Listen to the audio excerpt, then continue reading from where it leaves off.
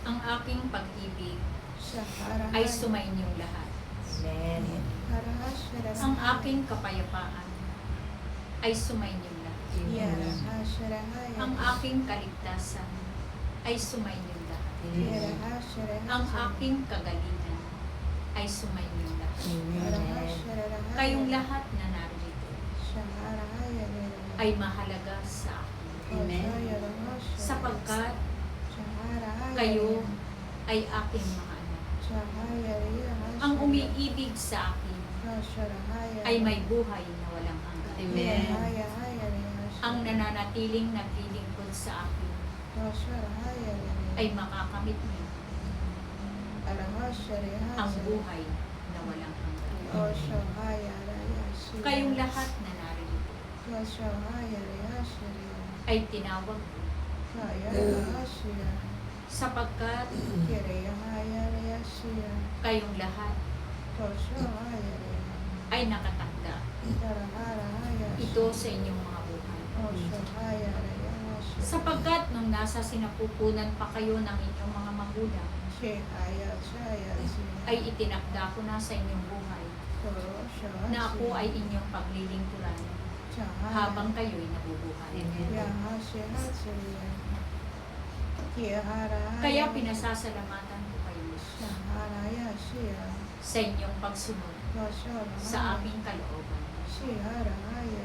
Pinasasalamatan ko na ang lahat ng mga tungkulin ninyong lahat ay patuloy ninyong ginaganap sa inyong mga buhay.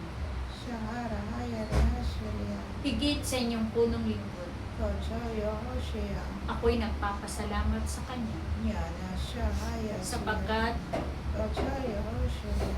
hindi ako nagkamali sa pagpili sa Kanya na kayong lahat ay Kanyang pastor. Patuloy akong nangungusap sa Kanya ang lahat ng ginagawa ng inyong punong lingkod. Patuloy kong ako'y patuloy na nangungusap sa Kanya. Hindi ang Kanyang sarili ang Kanyang sinusunod, kundi ang kalooban ko ang Kanyang sinusunod. Kaya nawa ang bawat isa sa inyo ay tulungan ninyo ang inyong punong lingkod upang pagtagumpayan ninyo ang mga iniatang ko sa bawat isa sa inyo. Siya'y patuloy kong pinalalakas ang kanyang katawan. Pinagagaling ko ang kanyang karamdaman. At patuloy na pinagpapala ko ang kanyang mga mahal sa buhay. Siya ang aking pinili sa kawan na ito upang kayo ay pastulan. Kaya nawa, patuloy ninyo siyang samahan. Saan man siya makarating, siya'y patuloy na samahan ninyo. Aking mga anak na narito, ang gawain na ginanap ninyo, kayo'y nagtagumpay.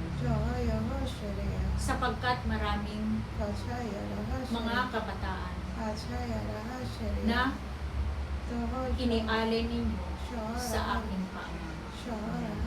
Kaya nawa aking mga anak na narito, patuloy kayong mangalap ng mga tupa na ialay ninyo sa akin.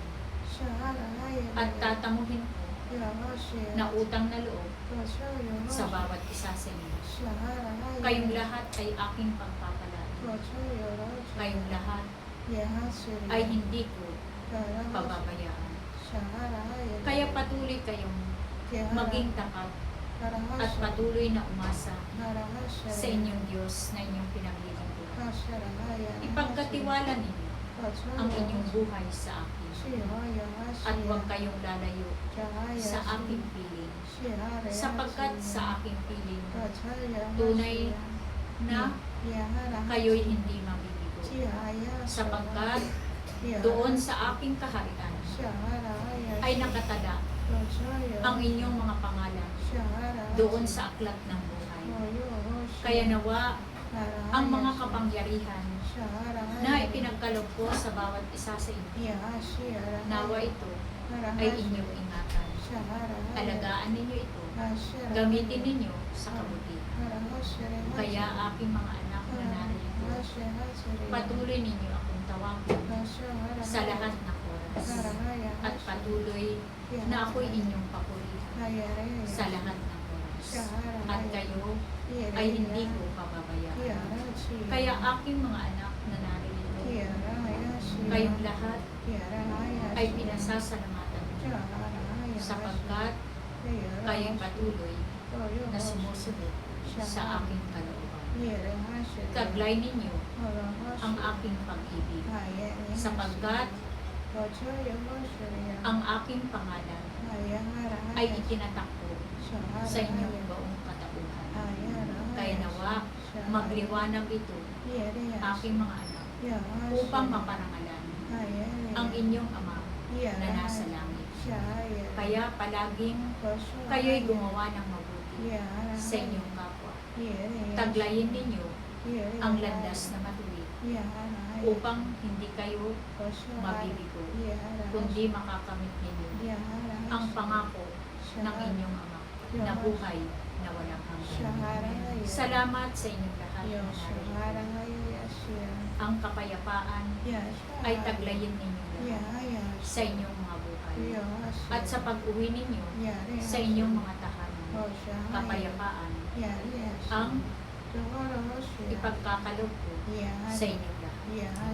Kaya nawa ang bawat isa sa inyo na narito ay patuloy na taglayin ninyo ang pag-ibig ng Diyos. Salamat sa inyong lahat. Great showing.